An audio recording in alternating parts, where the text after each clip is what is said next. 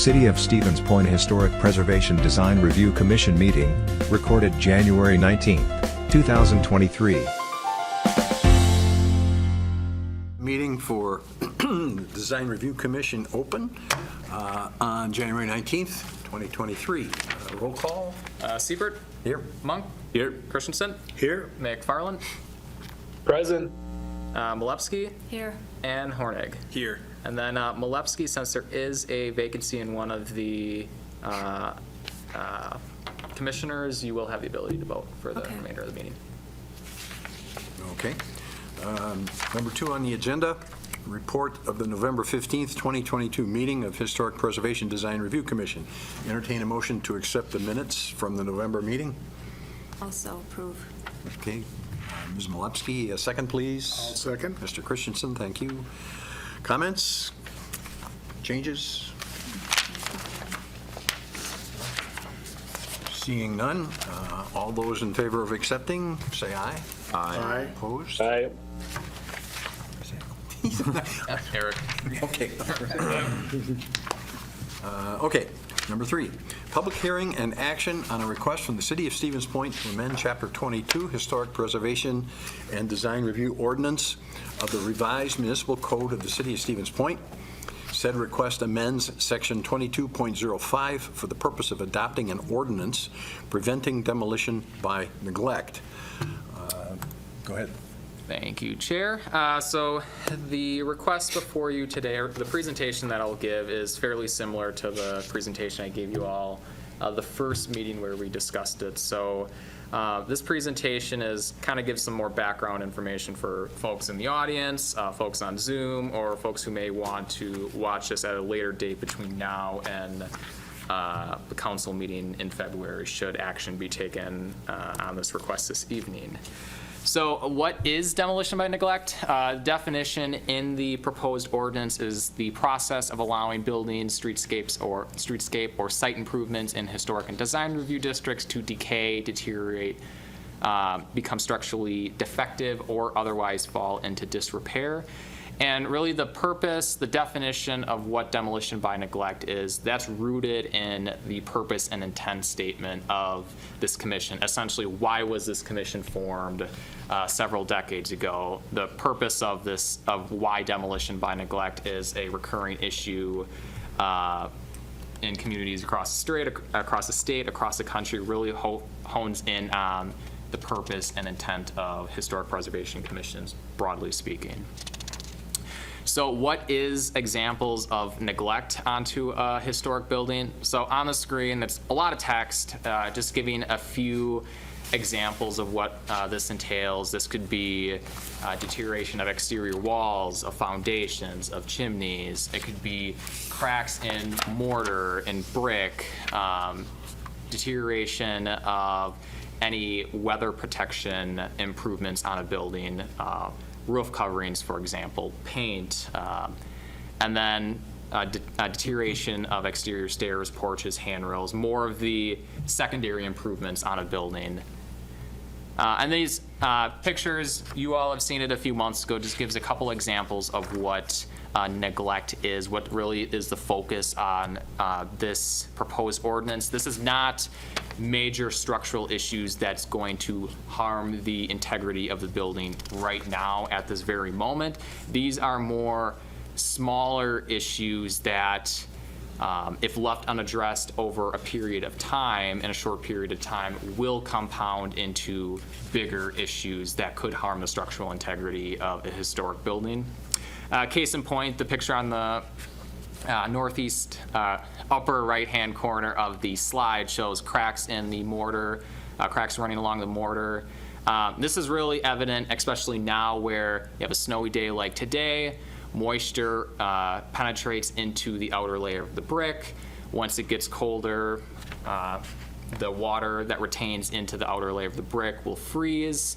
And then in the time, couple days, couple months later, when it gets nicer out, when the water ends up thawing, you'll have that contracting and expansion taking place of the brick, which could ultimately lead to the separating of the outer facade, which you've seen on the now former Edgewater Manor building as an example. So why explore demolition by neglect ordinance? So demolition by neglect really serves, this proposed ordinance serves as the last line of defense to save a historic building or improvement. Now, there's been several buildings that's been demolished over the last few decades, in part because of situations like this, where there isn't immediate structural concerns with the building, but there's more relatively minor issues that could compound into bigger issues if left unaddressed. This proposed ordinance was talked about as part of this commission's strategic goals that was approved by this body a couple years back in 2021. And one thing, it's not listed on the screen, but why explore demolition by neglect ordinance? The enforcement capabilities as it exists right now in relation to really the long-term health of historic buildings is relatively weak in Chapter 22, if I'm going to be honest. So this at least gives a little bit more strength in terms of the enforcement actions. So, you know, this won't result in either buildings falling in, it won't result in buildings falling into a state of disrepair where they have no choice but to come before this commission asking for a demolition request. So what happens before a demolition by neglect determination? So this is not going to be a situation where city staff comes out of the blue, approaches a property owner and says, hey, your building is falling into a state of disrepair. We think demolition by neglect is occurring. This is going to be a multi-month, multi-year process where should it come to a situation where, you know, city staff observes issues, kind of like what's seen on the screen here, you know, we would reach out to them, have that conversation, figure out what improvements need to happen, what sort of a timeline would be provided for the property owner to correct the issues, and ultimately work with them, because ultimately we want to be a facilitator to try to figure out how to best remedy this situation. So essentially, the code enforcement process, this image, as you have all seen a few months ago, this is generally the standard process for any code enforcement action here in the city, outside of abatements like having your sidewalk cleared, for example, you're having grass cut. Essentially, property owners, you have an initial non-compliance notice saying, hey, this is the violation, this is the code section outlining the violation, here's the deadline to comply. If they comply, great, case is solved, end of story. If they don't comply within the deadline, then it would result in subsequent non-compliance letters and then potentially citations that would be brought before municipal court. So this stuff that you see on the screen, that would all happen before any potential determination of demolition by neglect being made. So really, what are the two situations where city staff would entertain the option of declaring a demolition by neglect determination? You know, one of them being, is there an immediate peril to the building, to the historic building? Whereas if something is not corrected in the next month, 2 months, very, very short period of time, demolition by neglect determination would be considered to remedy that situation as fast as possible to save that building. The second option where this determination could be made is if we've remedied all actions with the property owner. If it's come to a situation where, you know, all options, all processes have been exhausted, and the only option to save the building is to pursue this demolition by neglect determination. So if a determination would be made, there would be a notice that's sent to the property owner talking about the specific building or site improvement that's undergoing neglect, applicable building codes, and design guidelines administered by this commission that addresses the deficiency, what sort of corrective actions need to occur, and then what would be the deadline to comply. Now, this is merely a determination.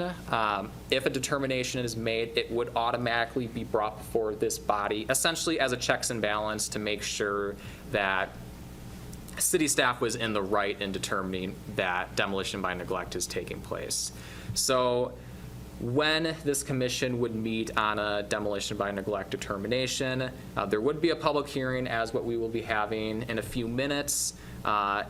The commission would be receiving all documents, correspondences that's been administered between city staff and the property owner over the course of the months and years that this case has been ensuing. And ultimately, they would be reviewing the merits of that determination based off of the 7 criteria shown on the screen, and which is also included in the proposed ordinance.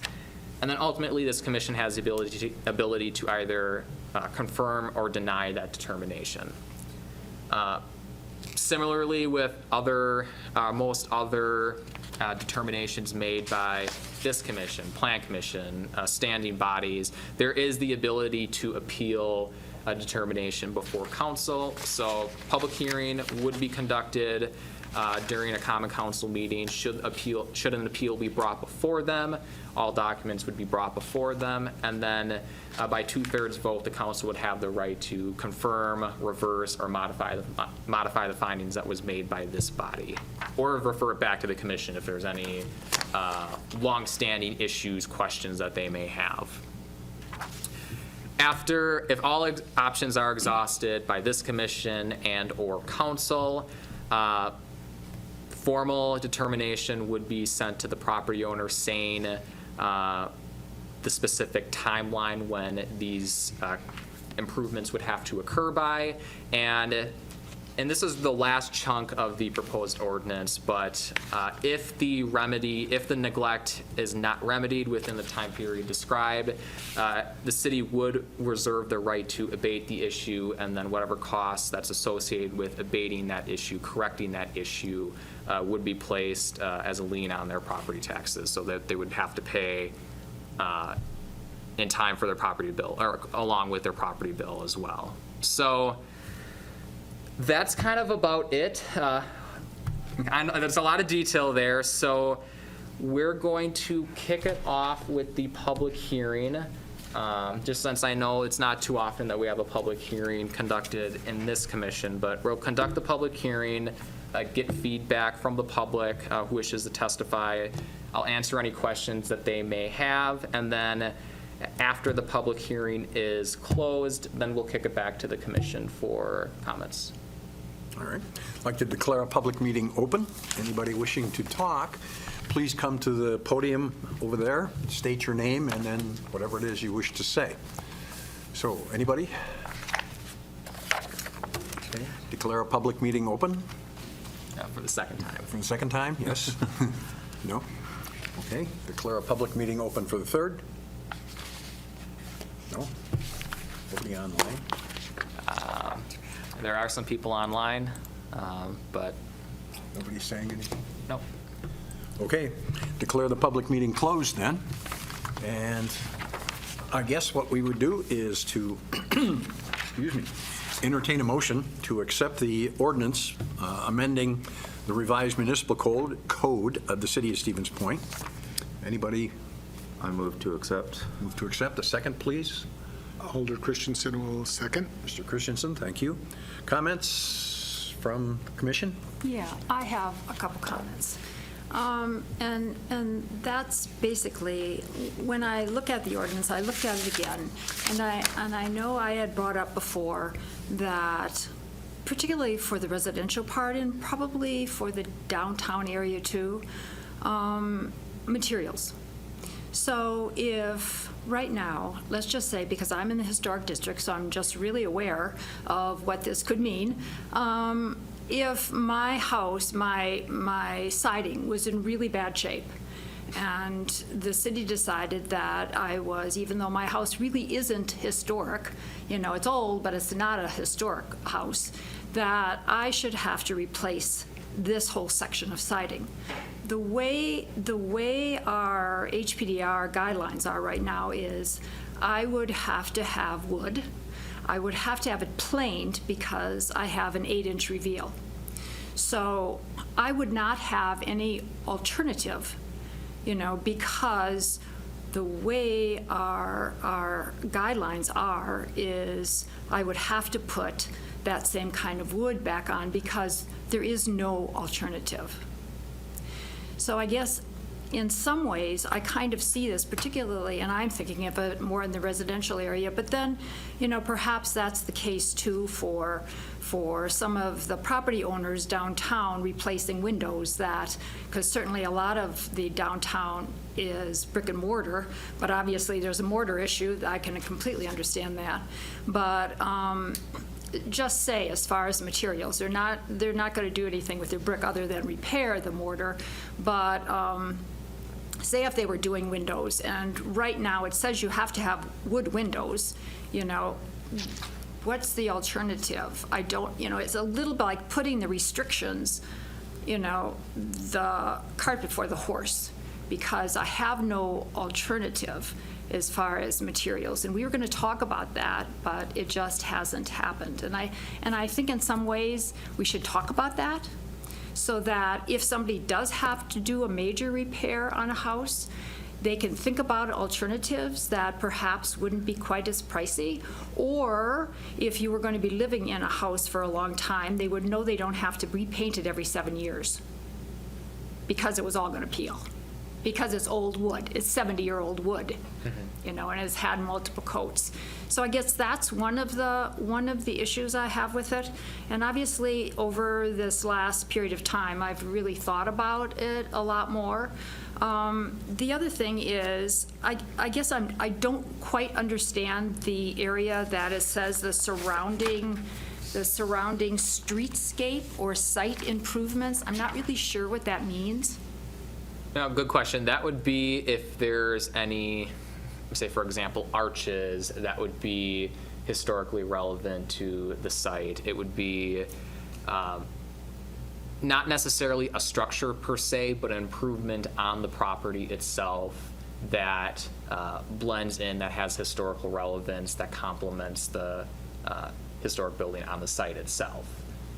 So that would be kind of a, one example of a streetscape improvement would be, say you have a sidewalk, not a city sidewalk, but a private sidewalk leading to the house, and you have an arch on top and then fencing along the front. If that's historically relevant to the site, that would be an example of a streetscape improvement. Right. So the question comes up, because sometimes, I certainly know with initial guidelines, because I was on the commission way back when the historic district on Clark Street was created. Mm-hmm. There's been a creep as far as how many restrictions have been put on the homes in that area, and I'm a little bit afraid of the creep of this. That say if I had an arch in the front and I didn't really like it anymore, and so I wanted to take it down because there was a fence and there was a lot of maintenance on it, would I then not be able to take it down? I mean, you could bring a request before this commission separate from a demolition by neglect determination. It would just be because that is a bit of a demolition by neglect, because I really don't want it there. Yeah, it would be, it's not going to be kept up. It would be a design review request that would be brought before this commission to remove it. It would be similar to if somebody would want to demolish an accessory structure, a prefab shed, a garage, where technically it's demolishing something, but it would be a review separate from demolition by neglect that would be brought before this body for approval or denial. All right. So I just have to see, I just joined.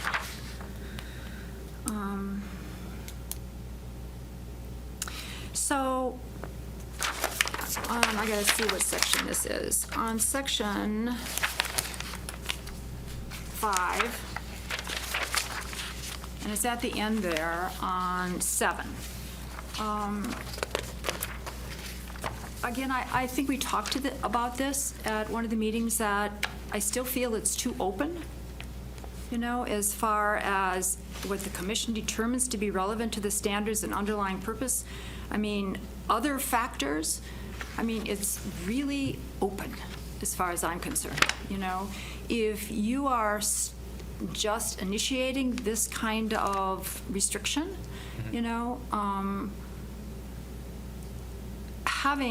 having that any other factor, as far as I'm concerned, is really open, too open.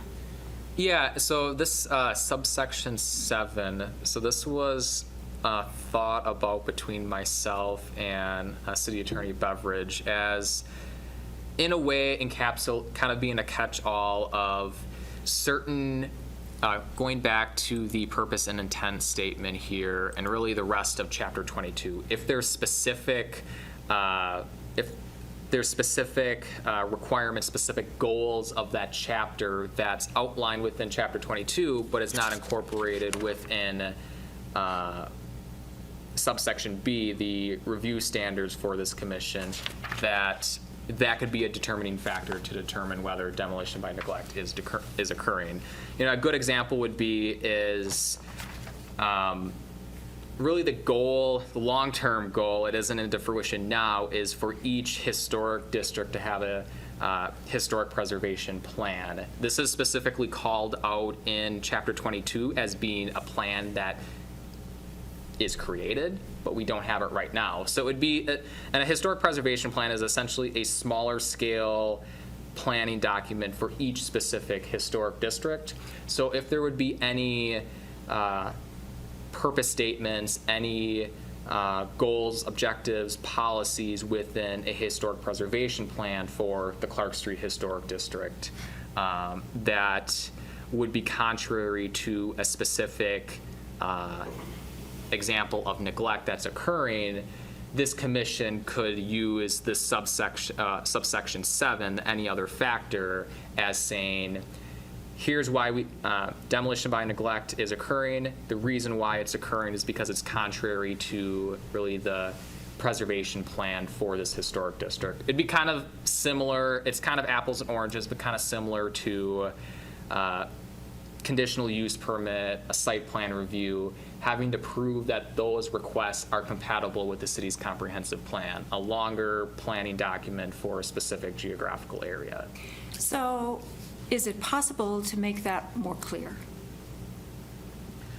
instead of any factor, any other factor? I guess I would kick it back to the rest of the commission if you feel specifically subsection 7, if I guess you're comfortable with how it's worded as of now, or not. I would argue it's too confining.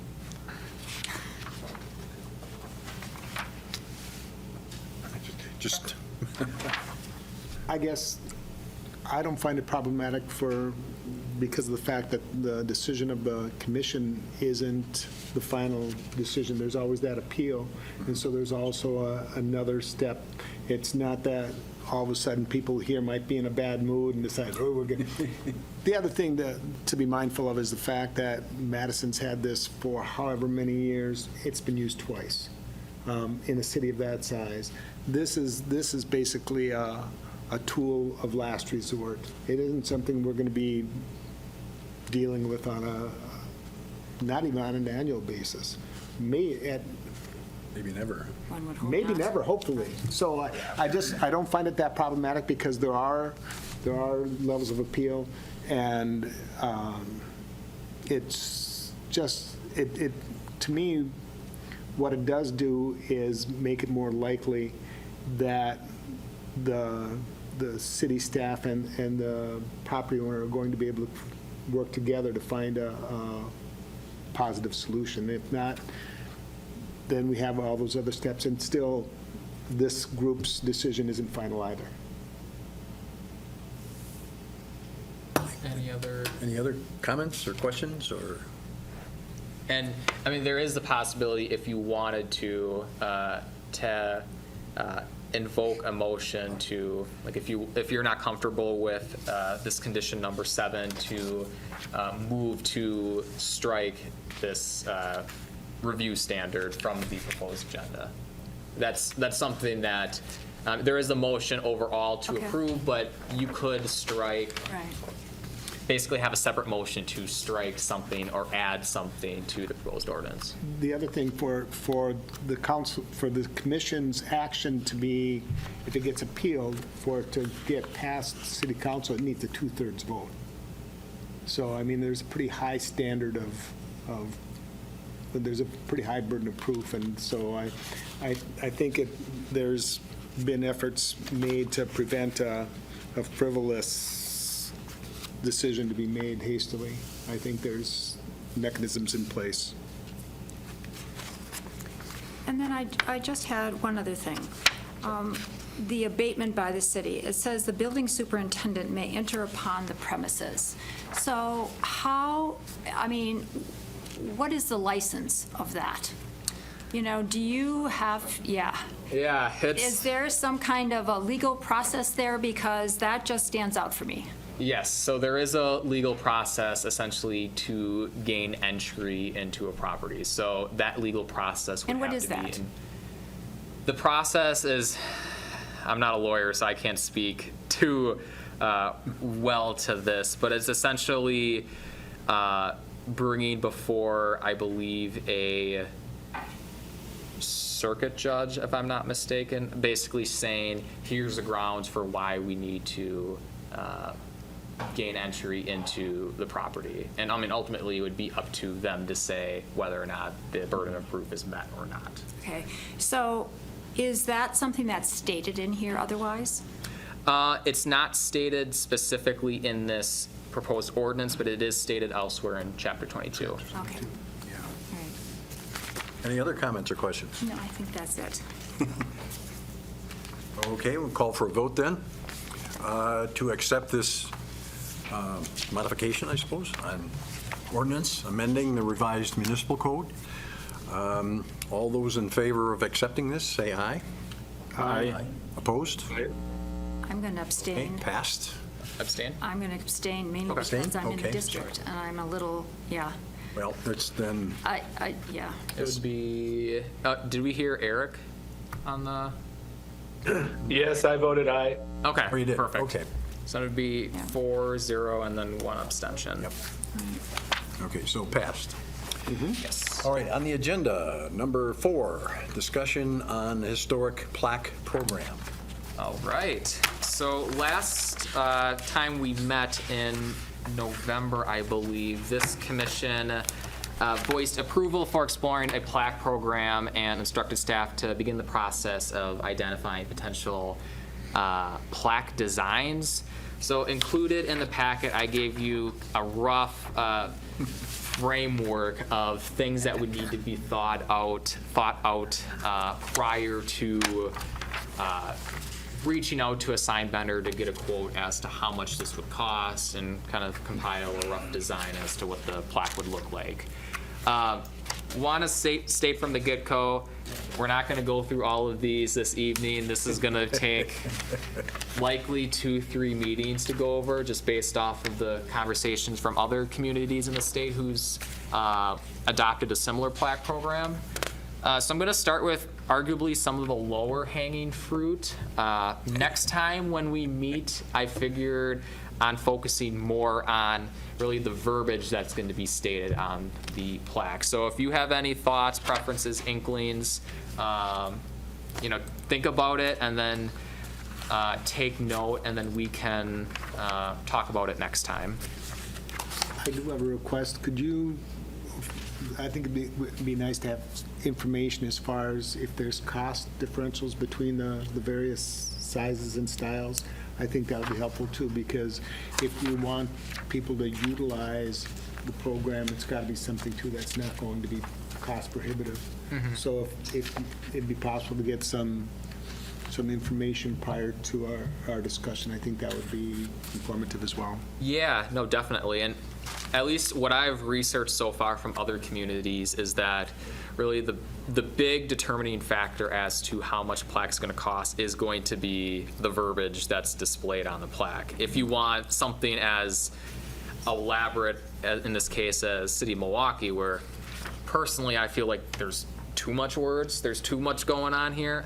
That's gonna cost a lot more, because it's a lot more etching that's gonna have to be placed on the sign. But Alderperson mentioned a really good point is, as we're having these conversations, big thing we want to keep in mind is kind of finding that balance of it being historically appropriate on the building while also being cost effective, so a property owner, a business owner can reasonably afford it to purchase it and have it installed on their building. So the first thing that I want to talk about is really what properties would be eligible for the program. And the reason I feel it's important to have this conversation is, I know Commissioner Milewski, you just talked about it earlier and during the last meeting, is we have 3 historic and design review districts, 2 of them encapsulating almost exclusively commercial mixed-use offerings, the Clark Street Historic District being exclusively residential. So I guess my question to you is, should this plaque program be adopted? Is this something that you want to be eligible for all properties in a historic or design review district, or limited to certain areas? When you say that, you mean like optional, I decided I don't want to do it, or? Good point, good point. So this is not a requirement for all property owners to purchase a plaque and install. This is a voluntary program where if they're interested year 1 or year 15 of the program, they could approach the city and get a plaque produced. Gotcha. What if a residential home doesn't have a location where someone could read the plaque from the street? So now we have to deal with coming onto the property. What about those scenarios? Coming onto the property as in? To read it. To read it, okay. Yeah. Which is all of them.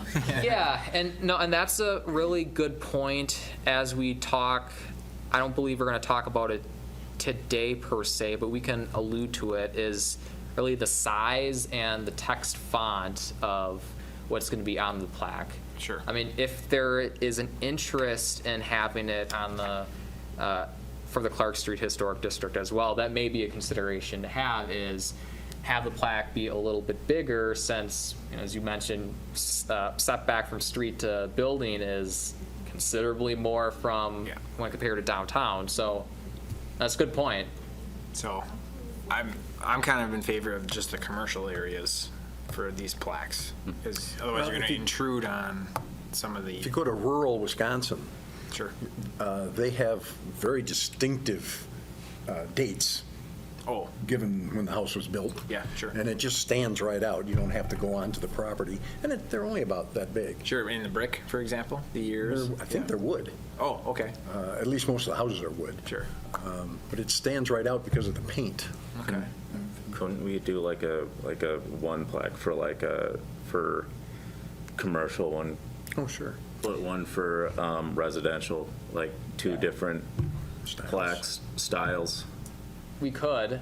I guess the question would be or not a question, it's more so something to consider, is making sure that the cost of the 2 plaques would be somewhat comparable with one another. Making sure that the residential isn't twice the cost, for example. Mm-hmm. I mean, that is that's a possibility for sure. It's not like we're forced to have only one plaque design. I prefer not to have a lot. Maybe, like you said, maybe 1 commercial, 1 residential, and keep it as that instead of having a mix and match. But so. I do think as far as verbiage, I think less is more. I think you want to have enough information, but you don't want, I think the size of the font will make them just that much less accessible for people. And so you want to have, I think, dates, and you want to have the name of it. But I see some of them in the examples, and it's like, Yeah. That's hard. It's a book. It is a book on a plaque, and so I think that's something we'll need to be mindful of as well. I do like the ones that they do in London, where it's just like, it's succinct, it gives you the information, but it's very succinct and to the point. And I think I include this in the presentation last time, Oshkosh, for example. I think if I'm not mistaken, it just had Oshkosh Landmarks Commission, year of construction of the building, and then if there's a famous person or architect tied to the building, they'd have that name, and that's it. Yeah. And if this is going to be released same time as the GIS mapping, historic homes throughout the city, in there you can have a more in-depth description Exactly. of each home. Yeah, and the two we have, it just says historic landmark, what the name of the building is, and, excuse me, when it was built, and a brass plaque, about the size of, not even the size of this piece of paper. Yeah. You do have to get them a little closer to read it, because it's bronze, and it's not embellished, Yeah. but, it's very succinct and right to the point. Yeah. So I guess the ones that are in here that have half of the plaque as being the Historic Commission, I think that's just silly. I mean, that's not the important part. Yeah. It is basically what the house is, not that it was brought to you by, and it wouldn't be because we're not paying for it. Well, and I think in most communities, they probably did pay for it, Maybe. which that isn't our intent, but it's like, if a third of the plaque has your name on, I'm thinking there's got to be some, Right. Well, who knows? some expense borne by the city, but. Okay, so I guess if the consensus that I'm hearing is for sure downtown, for sure the commercial areas, residential, we'll have that conversation next time about what's going to be on the plaque itself and the text font to see if we want to do just commercial buildings or if we want to have, as Commissioner Monk said, have two separate plaques, one for commercial spaces, one for residential. I guess the other question I have is, obviously, there's a few newer meaning, one was built in the 80s in the historic district. My house is not 100 years old. There's a couple other ones that are not. Are you going to have any restrictions as far as how old the house is? Or does it have to be historically significant? Obviously, you're saying perhaps, that would be something that would be put on the plaque, but what about if it's just an old house, or it's not an old house? No, Wasn't there like in the last packet like an application where they would Yes. have to make an argument for why they should get a plaque? Yeah, so as part of the plaque program, there would be an application that the interested party would have to fill out saying kind of your bare bones property address, owner, where it's going to be located on the building, stuff like kind of your bare bones information. Year of construction is one of them. Once the application is received, sent to me, it would be my responsibility to review it to make sure it's historically accurate. But then this was going to be one of the conversations I was going to have at some point, and I mean, we can have it now, is as far as the approval process is concerned, Milwaukee, Oshkosh, Eau Claire, they all have it structured so that staff reviews and approves the plaque application instead of it going before this commission. But, if this commission wants to have the ability to review it prior to giving formal approval, that's an option. In relation to the age of the building, personally, I do think that's something that should be incorporated as part of the application prerequisites. More so thinking Northside Yard, for example, is within the design review district, but it's quite new.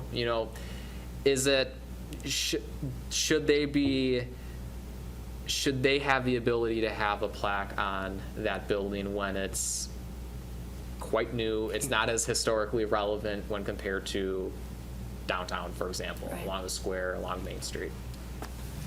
No, but good points. Any other comments, at least as far as eligibility for, we'll just focus on location. Just as an interest, years ago when the city did the 125th celebration, the Historical Society had a 100-year-old house contest. And the owners were required to fill out a form such as what you're talking about, including a good history of the house. And we got flooded. We had to pick 10, and we gave them a little plaque. They're still around. But we got flooded. People really got into it with their private residences. So I guess the form we have has to decide what it is we're gonna ask these people to do. But Yeah. interestingly, they did do the research. What size of plaque did you guys choose? It was just a little thing. It said 100-year-old house. Okay. Like a 6" by 6". Yeah, it Foot was by just a foot? little thing. And there was too, sometime in the 80s, there was a certificate that the city handed out to some of the older homes around the city, basically in the central part of the city. Okay. Yeah. That actually might be kind of fun to send out a birthday card to go out for each of the houses as they get 100 years old. Yeah. Just Actually, that would be pretty cool. Yeah, that's kind of cool. That would be. And I think I had mentioned at one of the other meetings that if you are in Madison, they oftentimes have a sign for a particular district, that I think if you were going, and I don't know how exactly you do it, I can't quite picture that, but if you just had the year on the house, you could have a little, like there's the little book libraries around town. You could conceivably have a brochure with, a little bit more information in it for, say, the Clark Street Historic District, because it's only 3 blocks. Walking tour kind of thing? Yeah. Yeah, so as part of the capital improvement plan for 2020, capital improvement budget for 2023, one of the projects that was allocated dollars was the Wayfind and Signage program, where the city was partnering with the Stevens Point Area Convention and Visitors Bureau on establishing uniform wayfinding signage. And that's one of my preferences, at least, is to have the historic relevance of a downtown, a Clark Street Historic District be included as part of potential designs of signs as part of that program. So there is a program in place. I'm not sure a timeline as to when there would be more details as far as what type of signage, where it would be located, but that is my hope for sure, of having historically relevant, or having identification signs highlighting our historic districts included as part of that program. It's a great idea. Okay. Perfect. Next one would be the shape of the plaque. Just have 2 items on there, again, from Milwaukee. More circular in nature being one of them, more of a pentagonal shape being a second one. Some of the other shapes that I've seen from other communities, more of an oval shape is one that kind of stands out. Another one being more of a square type, square or rectangular shape. So another question I'm going to pose to you all is preference in terms of the shape of the plaque. Is there any inkling as to what you like, what type of shape you like or dislike? Or does it really matter Yes, so I much? I just have a guess- preference for oval. Right.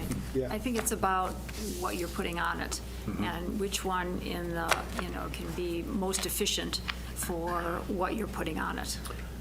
I guess I would prefer an oval only because I think it lends itself to providing the space for the information, and yet it's not linear. Sometimes you have problems, especially with older structures, where not everything is perfectly straight, and if you put things that are perfectly straight, then it makes something else look not straight.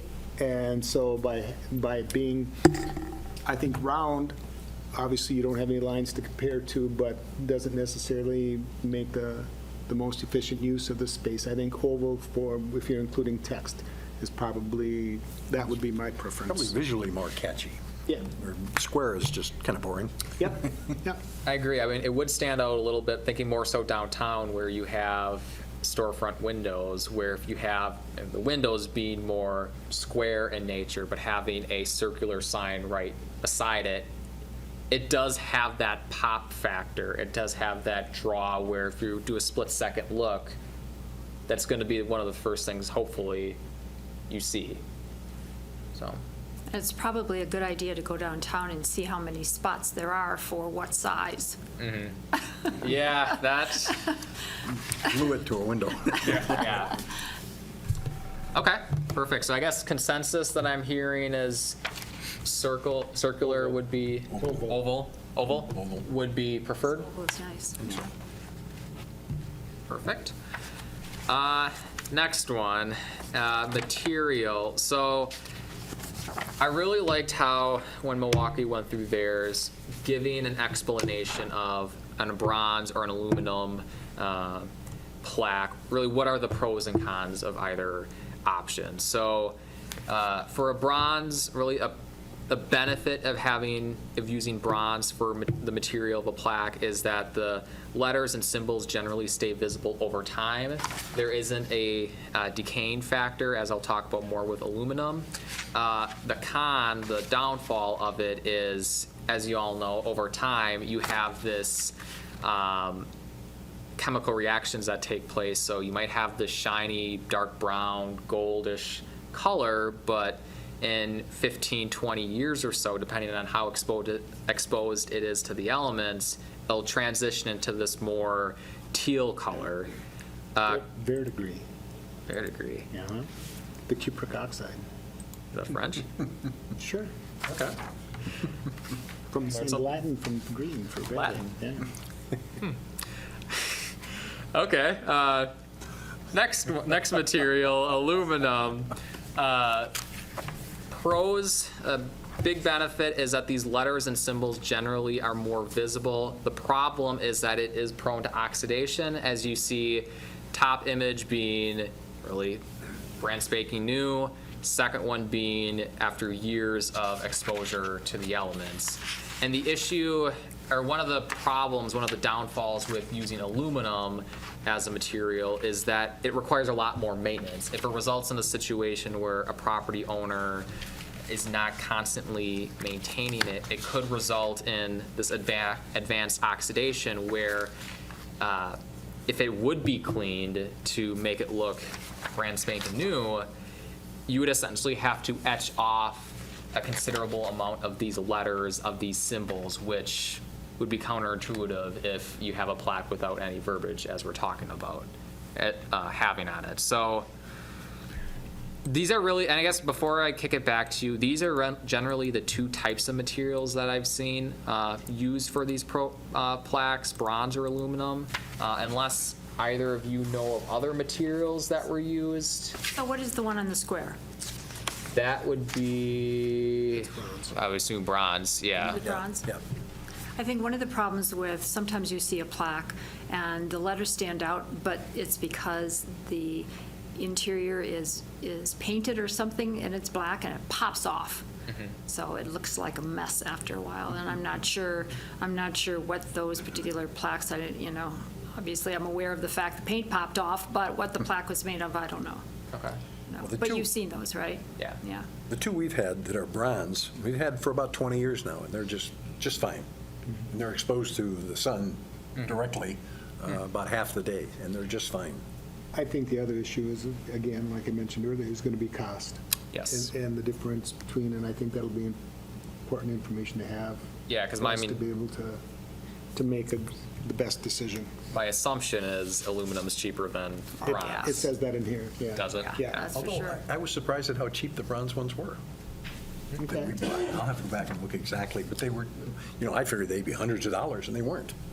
I suppose it They're really depends on how quite cheap. thick they are. And that's going to be a It's the quality of it. significant factor. Okay.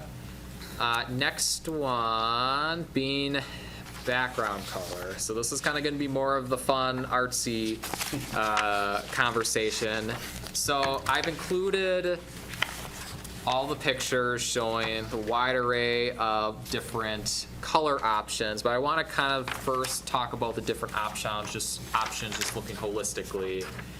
First option really being that you have no background color at all, and really let the material really play its hand as far as the etching of the words on the symbols to make that really visible from the street. But as I mentioned in the slide, really having no background color would depend on what type of plaque material is preferred. If you don't apply a background color to an aluminum plaque, it would be more difficult for these words, for these images, as Carol mentioned, to really pop off the plaque. The bronze in general does have more of a shiny finish, so it wouldn't necessarily require background color. So that's kind of where the conundrum would be, is if the preference would be to have a bronze plaque, doesn't require it, there may be some colors that would benefit it, really have it pop out even more, and there may be some colors that would have a negative impact by really reducing the visibility from the street. Option 2 would be applying a darker, a background color. If it's an aluminum plaque, generally most of these colors would work, really, because it'd be pretty easy for these words and images to pop off.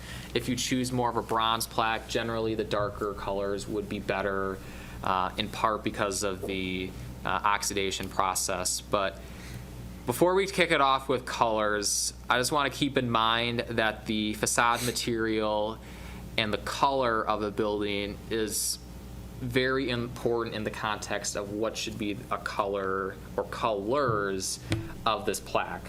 Making sure that the color of the plaque would complement generally the predominant facade material and color of a storefront within our 3 historic districts. So are we looking at all the plaques having the same background color? And if so, then it would make most sense for it to be fairly neutral, so it would be able to Right.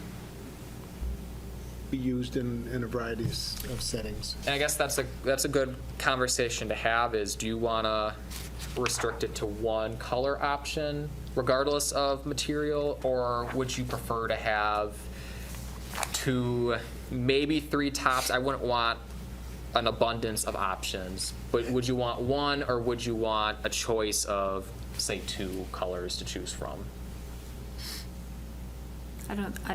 As far as I'm concerned, the consistency is probably important, because if you're walking down the street, particularly downtown, the same thing would keep catching your eye instead of something that's different. Yeah. Yep. It's what you'd be looking for. Right. Okay. So then in terms of color, I'm going to focus on downtown just since I think it's a little bit easier. So just imagine walking down Main Street. I think we all have a general sense of what's the predominant facade material along the storefront, what's generally the color spectrums that you see. What types of colors do you think would lend itself well on the front facade of a building? Would you prefer more of these neutral colors, as Alder Christensen mentioned, your brown, your black, your grays? Or are you open? And I liked that Milwaukee had these kind of using the same sign, same plaque, but using different colors to see how they'll blend with either other signs on the same building or just the building material overall. Is your preference generally to have a neutral color, or are you open to your reds, your blues, your golds, things like that? No. Neutral. Neutral, for sure. Neutral. Let it be what it is. We'll be Switzerland. Okay. And then within these neutral colors, is there a color or 2 that stands out? Your browns, your blacks, between your browns, blacks, grays, tan color. So is that bronze, the whole thing is black? I don't quite understand that. I mean, or is the background black? But then again, background how would can the be- background be black? Does that pop off then? Background would be black. The lettering would have to be either a Just- white or Like this. or like a gold. Yeah, kind of like the 2 signs up and down just east of the. I'll just show. The lettering and These 2. that gets polished, so that doesn't have the paint on it, so that's has that shiny brass. Right. Yeah. But So how is the black on there? Because obviously bronze is not black. right. It's It'd be been painted. a finished color It is. on Yeah. top of the, So does that pop off? It does say that in here that it can, Yeah. on the weathering, yeah, but aluminum weathers more than the, yeah.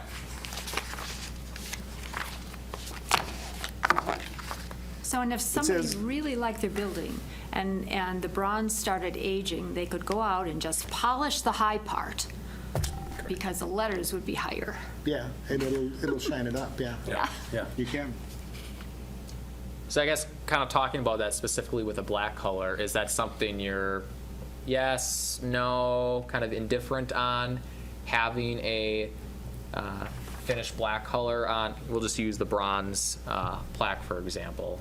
Does that, when you're if the objective is to have the words, the imagery pop out, do you think having a black background with a more of a polished finish, the gold, or a whiter whiter hue, would that pop out better versus? Well, it would, but if you're talking about, being outside in the elements, obviously, all of these plaques are going to be pretty much at eye level. Yeah. And people are going to be standing right next to them. Yeah. So it would be almost a good idea to have one, have a plaque and just see how readable it is if there isn't a dark background. Go over to the synagogue.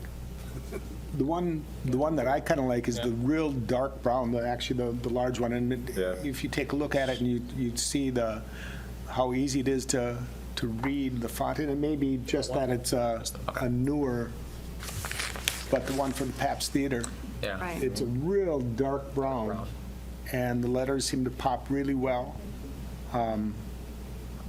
Is that bronze? I don't know. Yeah. There's a lot, most of the state ones are wood. Maybe we should get an example Yeah, in hand. get a sample. Okay. Yep. At least it narrows it down with having more neutral colors. Yep. So that helps. I guess, is there any questions as it relates to background color? Anything you wanted to talk about pertaining to? Just dark brown. Yeah, I'm just It's easy. Yeah, I'm just thinking about, because they're all going to be outside. Okay, yeah. Yeah. And so whether or not there is some stability to the background paint or whatever it is, is it anodized and then polished on top? What is it? Yeah. Yeah, I can try to get some specific, The information. I'll try to get some physical if I could. Right, See yeah. if I can get that, but, so that's kind of where I'm gonna wrap up for now, this meeting. So next time, some of the things that I'd like to talk about would be really the size of the plaque. I know in your packet, it gives specific dimensions, and, that'll be a conversation we'll be having. The message on the plaque, commission's name, should that be on there? The name of the building, famous person or architect, year of construction, description of the building, site, text font and size, and then preferred location of the plaque on the building is going to be another important one, especially the differentiation between commercial uses and residential uses. So, Okay. On the agenda, number 5, staff update. all right. So, one update regarding our work on evaluating this commission's design guidelines. So last time when we met, we went through really the first kind of bullet point, as I'd like to frame it, where are we right now, looking more at these holistic 30,000-foot view. Why should we care about preservation planning? What's the importance of it? Why do we have historic districts? Really kind of the nuts and bolts of why we are why is this commission formed? Why has the council adopted a specific ordinance relating to historic preservation? Next time, the next step is really going to be focusing on where are we going. So this would be more of the trends,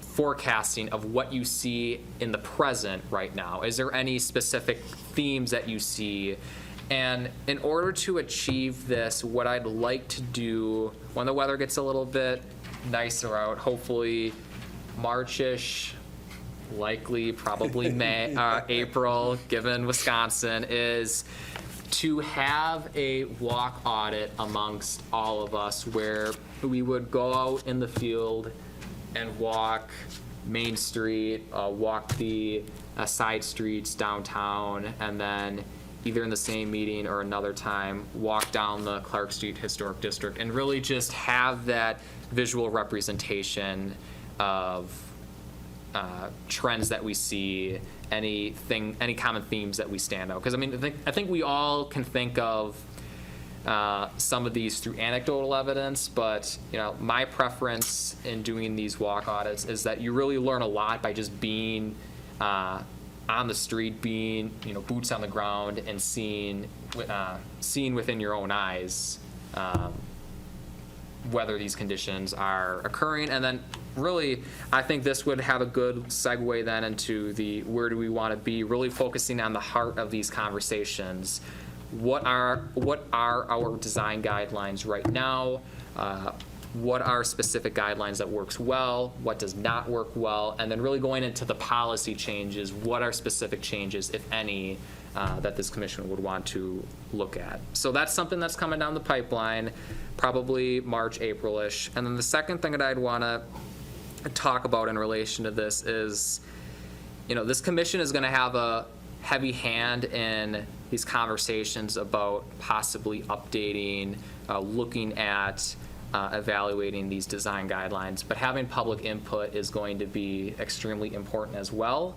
So my thought is sometime, I'm not sure when, if it'll be later this winter, early spring, is to have a public informational meeting or two, really talking about, what does it mean to be in a historic district? What are the requirements that would have to be met for any types of improvements done? And really talking to, you as a property owner, you as a business owner, what do you think works well through your perspective for these design guidelines? What does not work well?